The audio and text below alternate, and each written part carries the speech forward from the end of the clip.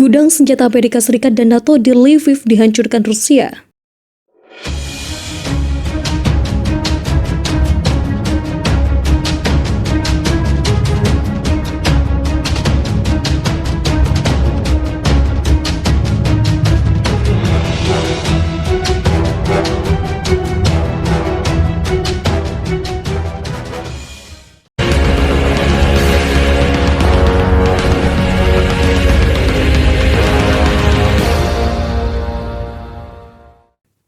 Rudal kaliber presisi tinggi Kementerian Pertahanan Rusia menghancurkan gudang senjata pasokan Amerika Serikat dan North Atlantic Treaty Organization di Lviv, sebuah kota di Ukraina yang berbatasan langsung dengan Polandia.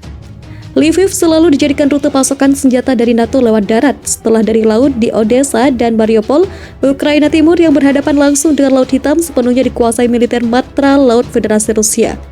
Pasukan senjata Amerika Serikat dan NATO dihancurkan dalam perjalanan ke Donbas, Ukraina Timur, kata Mayor Jenderal Igor Konashenkov, juru bicara Kementerian Pertahanan Federasi Rusia, sebagaimana dilaporkan RIA Novosti. Rudal kaliber berpresisi tinggi jarak jauh berbasis laut di area stasiun kereta Starisi di wilayah Lviv menghancurkan personel formasi cadangan Ukraina, serta pihak senjata asing dan peralatan militer dari Amerika Serikat dan negara-negara Eropa bersiap untuk pengiriman ke Donbas, kata Igor Konashenkov.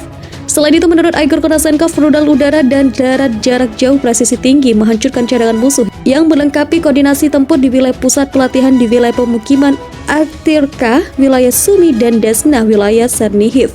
Pasukan Rusia yang mencoba menguasai Ukraina Timur tampaknya kehilangan momentum setelah dipukul mundur oleh pasukan Ukraina, menurut Kementerian Pertahanan Inggris.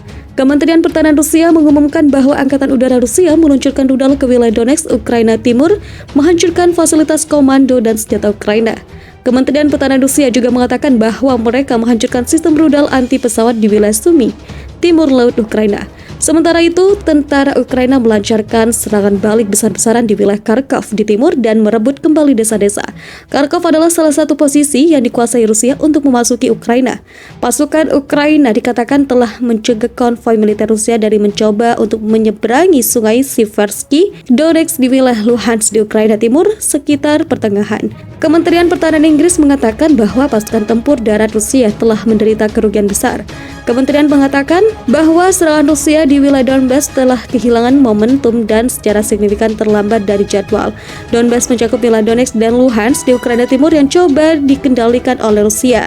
Menurut pejabat militer Inggris, pasukan Rusia di Ukraina tidak mungkin secara signifikan mempercepat momentum mereka selama 30 hari ke depan. Berbeda dengan di Ukraina Timur, Ukraina malah mengakui kekalahannya di Mariupol. Kelompok pertama yang terdiri dari 10 tentara Ukraina meninggalkan terowongan di dalam pabrik baja Azovstal di kota pelabuhan Mariupol dengan bendera putih untuk menyerah. Tetapi ratusan tentara lainnya tetap berada di dalam. Komandan Batalion Vostok dari Tentara Republik Rakyat Donetsk yang memproklamirkan diri di Ukraina Timur membenarkan bahwa 10 prajurit pertama yang membawa bendera putih telah keluar dari terowongan pabrik baja Azovstal di Laut Azov. DPR saat ini hanya diakui oleh Rusia. Otoritas DPR menganggap seluruh Oblast Donetsk termasuk kota Mariupol sebagai wilayah dalam konstitusi 2014. Tidak jelas unit prajurit Ukraina mana yang menyerah. Pihak Rusia dan separatis timur berkomitmen untuk memastikan kehidupan semua orang yang menyerah sesuai dengan praktik internasional. Pekan lalu, Kementerian Pertahanan Rusia mengkonfirmasi bahwa mereka telah menyelesaikan evakuasi warga sipil dari Azovstal. Di bawah terowongan di daerah ini diyakini ratusan tentara dari Batalion Azov, sebuah kelompok bersenjata sayap kanan yang dituduh oleh Rusia ideologi neonazi dan tentara-tentara Ukraina.